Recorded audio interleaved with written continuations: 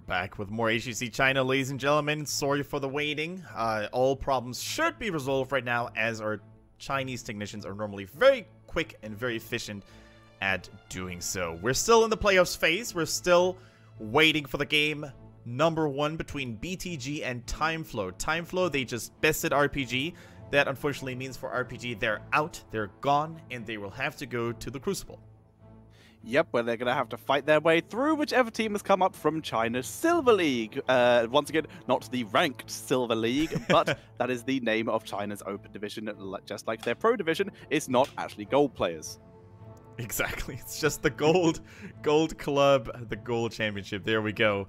All right, so TimeFlow, what can we maybe just summarize again what they've shown us in game or in the first game? I think what they really excelled at was utilizing strong tank play. I think the tanks today have really shown us some stellar play. Timeless actually being one of them in the last game there, but also I think players like Cat, players like F-Show, they have stepped it up so much today compared to this season performance. So there was a longer holiday break. Maybe Timeless gathered his men around him and gave them the tips they needed to really practice hard and coming out strong here. Now, finally we get to see the first map. Let's go. It is going to be Infernal I think that's Battlefield. No, that's Battlefield. I am dumb. But it is going to be Battlefield No, of you're not, Eternity. Better get it out the way first before you have to face SBT if you can make it all the way there. Alright, TimeFlow though. It looks like Beyond the Game did do a little bit of research. Currently still looking for the first win ever on this set Battleground, whereas Beyond the Game themselves seem to be doing quite well here. 2-0, a flawless record. Not bad. That's pretty reasonable. Very few teams have a flawless record on any map. I'm pretty sure just SBT and CE, and now apparently we do have BTG with one as well. Yeah, very true. I can't wait to play, or to see SBT play, by the way. I really want to see how the big dogs, the big titans in China, CE and SBT, are coming out of this break. Whether they're going to look, you know, reliable and consistent as always, or whether they're going to show some signs of weaknesses will be very interesting, because don't forget about SBT and CE still fighting for seeding. We mentioned this during the first series. It's not all about qualifying. Maiev, by the way, making it through once again for Beyond the Game. I mean, Alarak though? Why? Have they picked that? Okay, I need to do some research. There seems to be some... It's been a while. There seems to be some inside knowledge going on for TimeFlow. They must have practiced against Beyond the Game. I know that Beyond the Game used to play a lot of Alarak in the previous season of 2017, but since then many things happened, and especially on Battlefield of Eternity, Alarak was utilized by Beyond the Game quite heavily when they continuously shoved people into the stun zones of the Immortals, for example.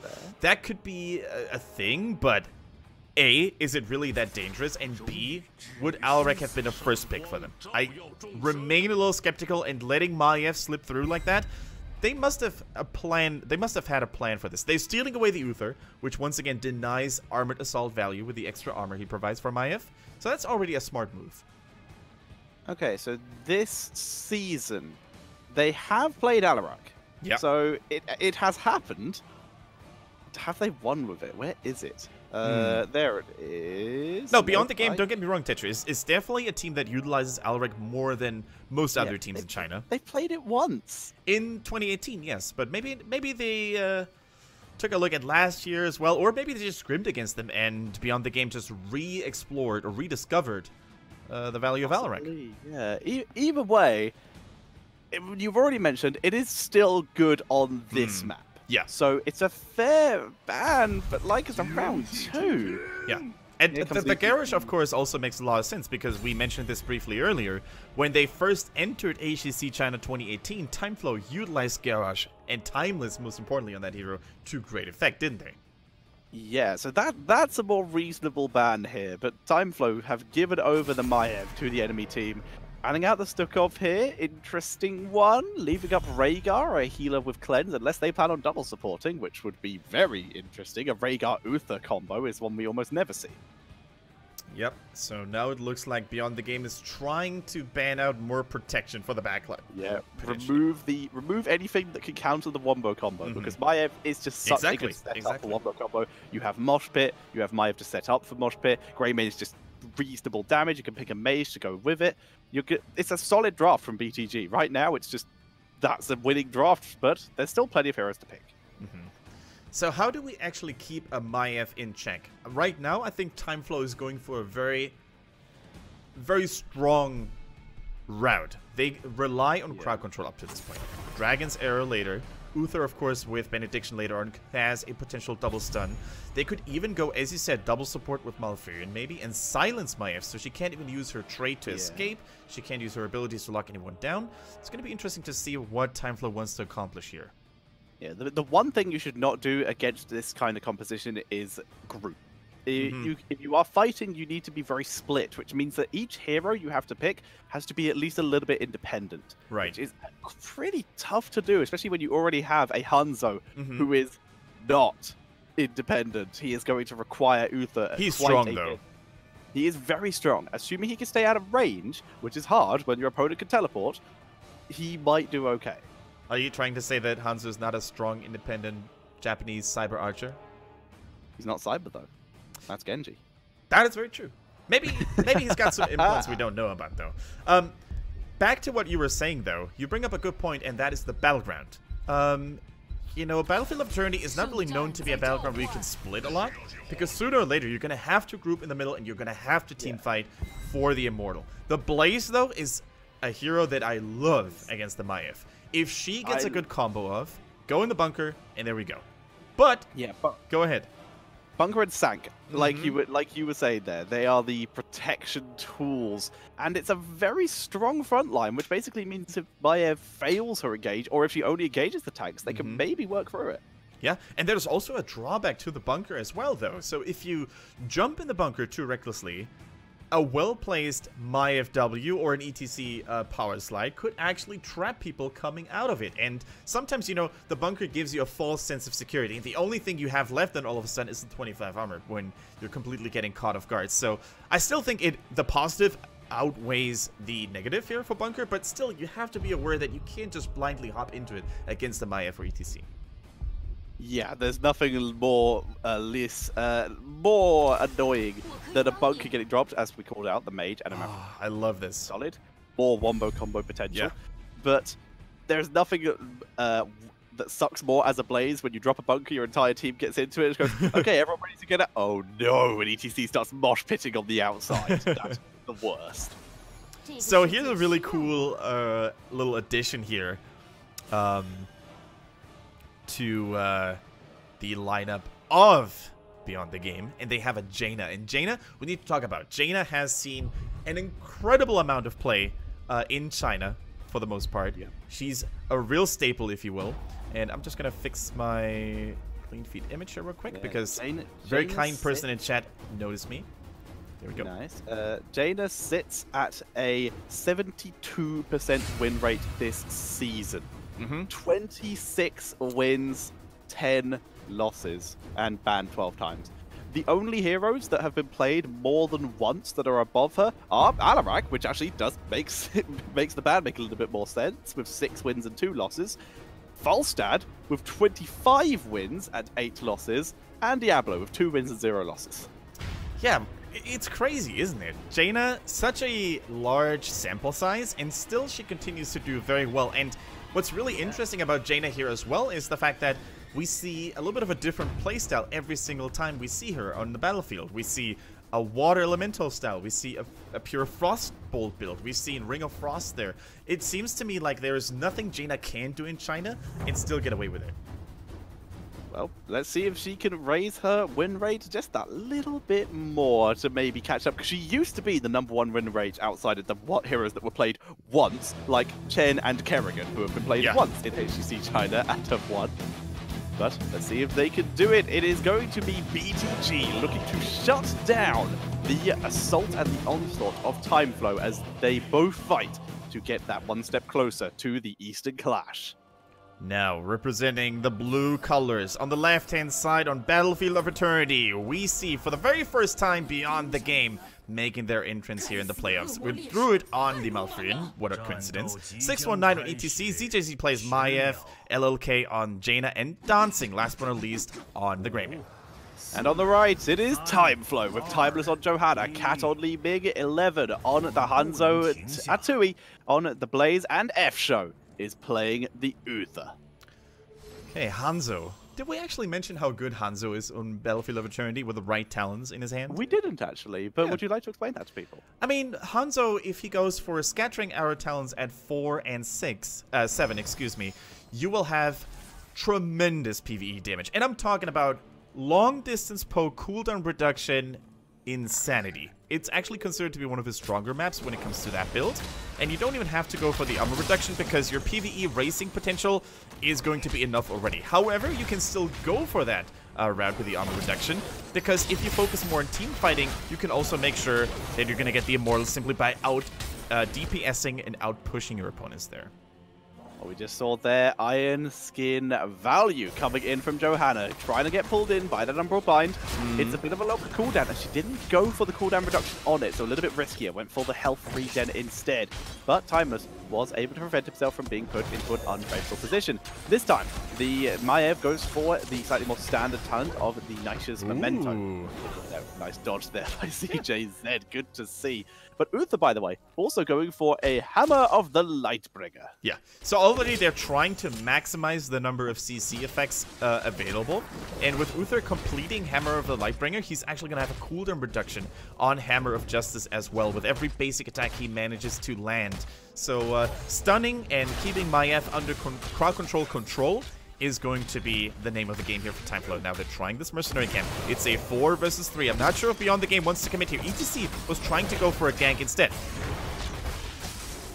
So Maiev also thinks about the engage, but decides against it. With ETC not in range, it would have been still been the 4 versus 5, and she would have been very far out of position. Not worth the risk. Atui has to take a little bit of a retreat here. Blaze, great sustain, but if Genji's dropping the damage, you're gonna get some good value. Again, good use of Iron Skin by Timeless. Yeah, I was gonna say, Timeless back on the main tank, like he did with Garrosh at the beginning of the season so many times, is looking extremely good. And of course, the Iron Skin is such a big tool to deny any swap shenanigans from Maiev here. So up to this point, Timeless doing a really good job at not falling victim. He's also doing a tremendous job at keeping ETC away from any flanks possible. So constantly managing to get vision control over those 2 bushes here, where bushes is really, really important.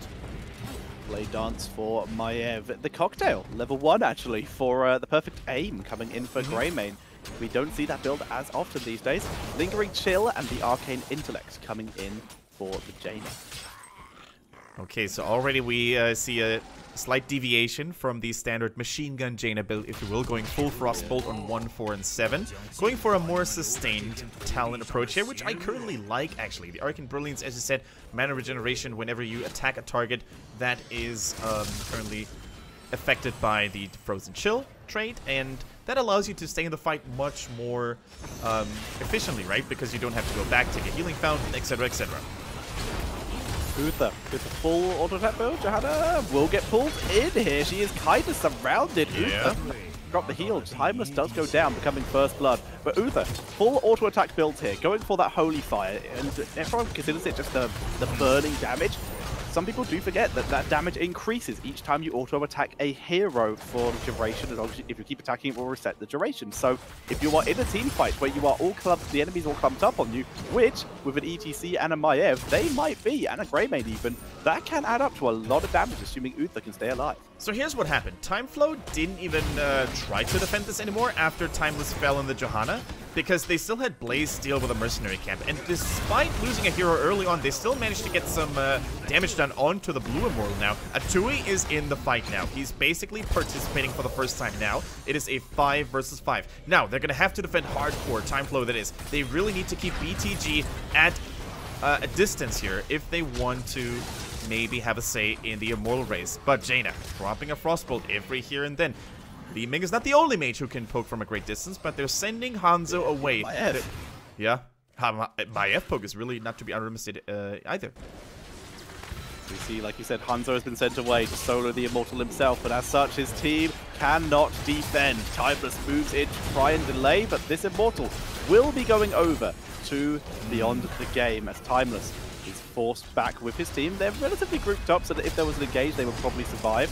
But Maiev Gets immediately stunned up by Blaze. Nicely done, but the crowd control just gets stacked up, and we will see Atui getting taken out. Really nice pull by Maiev there as well. Basically getting, getting Blaze out of his own oil so he couldn't heal anymore. Really sweet detail here to pay attention to. Dislocation is basically key sometimes to deal with Blaze. If you have any form of knockback, any form of pull-in, that is really how you shut down his tankiness, which mostly derives from all that soaking in the oil and all his self-heal. There is also the fun part of a great way to counter Blaze is to let him hit you. A stun, if you can force him to stun you instead of escape, it removes his one escape tool as he moves in. Again, like you called a bit earlier, face melting him out of his own oil there, so he doesn't get the healing. Needs to be careful as he's getting locked down. Maiev pulls in Cat. But that is a double kill. Uther and Blaze getting taken out. Uther just been trying to catch up to Cat so he can heal him, but cannot do so. Instead, dropping at least a heal or two onto a level. And this is basically the worst case scenario for TimeFlow here. If they clump up and stack up like they just did, a full Q build Maiev with Nisha's Memento here at level 1 is going to melt you like a warm knife through butter. And that's exactly what happened here. The Blade Dance providing additional damage. Then at level 7, we have Elun's Wrath providing even more damage if your fan of knives hits at least 2 people. So stacking up really is a big no-no for TimeFlow at this point. You see Blaze takes a escape route instantly. The second Maiev sent in that spirit, just decides it is a good time to leave, and as such will begin his rotation up to top lane to deal with the mercenary camp that's up there, while 11 using his range to able to poke down that mercenary camp really easily. And with Redemption already, actually, did he die in the fight? I don't think he did. No, because Uther healed him. So he still has those full Redemption stacks. Yeah, that's pretty good for TimeFlow, but what's not really going so well for them right now is the experience count. They're trying to make an escape happen. Level 10 is here now. If TimeFlow doesn't back off in time, they could have actually suffered. And once again, Tetra, we see another Tranquility game here. It really seems to be the case that Chinese Malfurion players like all that sustained in those longer, drawn-out team fights rather than the instant playmaking with Twilight Dream. It's curious, considering that Maiev is very much used as a sort of a wombo combo tool, so not taking that wombo follow-up, but all healing is good healing, so let's see if this was the right choice, or whether this could be devastating. If members get out of that mosh pit, Ring of Frost, Warden's Cage combo. Yeah, there's a lot of AoE Wombush Mambo available. Here goes one, here goes the Ring of Frost!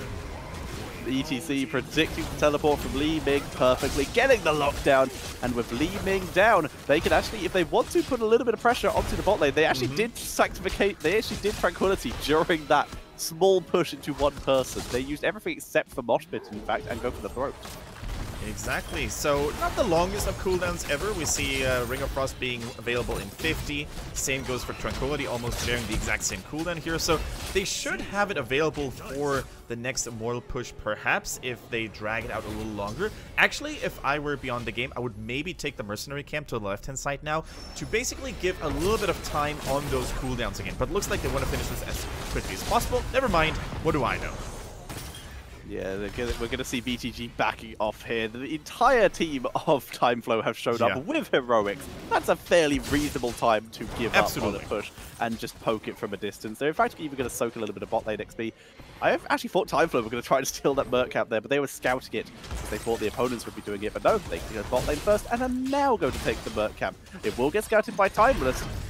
Not much they can do about this. They can poke from a distance, which is exactly what they do, but right now the entire strategy is the same as before. Delay and let Hanzo try and do some damage. But charge from Blaze does not land. Charge from BTC most certainly does. Bunker has to be used to keep him alive. Dragon Arrow was used. There's the Warden's Cage. Gets no one. They used the Bunker to dodge away from it. Nicely done. Mosh Pit was interrupted very quickly. Ring of Frost was not, however. Easy pickup onto the Blaze. Division having to use on Li Ming as she escapes as down goes Timeless. Greymane is having a feast here, biting off one piece after the other, going for the throat here, having huge impact, but the Ring of Frost was good, the Warden's Cage was okay, but there's just so many tools that TimeFlow has to dance around, and at some point it becomes impossible to dodge them all. The interrupt here on the Mosh Pit was splendid, really well done by TimeFlow there, with the help of Wave of Force, but now they're gonna have to face a 50% shield Immortal. It's not gonna be an easy thing, especially since bottom lane had been demolished earlier already.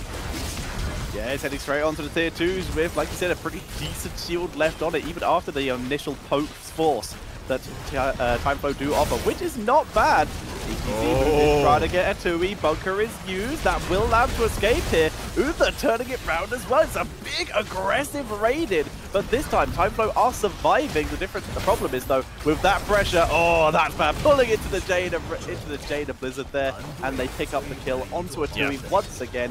Immortal, corner health. It's going to do a little bit of damage to the core. We'll get through the shield. Not sure they can end with the short cooldown of Blaze. Yeah, that's going to be an interesting one. Blaze will be back soon. Here's the Tranquility, keeping everybody protected. Everybody's going for the core. Can be on the game. Do it, though, Tetcher. Maev is just shredding the core from the other side. No one's dealing with her. The health bars are so high. They did it. Tranquility, and they just shred that core straight through to a 3-level lead. As GG in game number 1 goes to BTG. Maev continues her crusade through HGC China, currently sitting on a 2-0.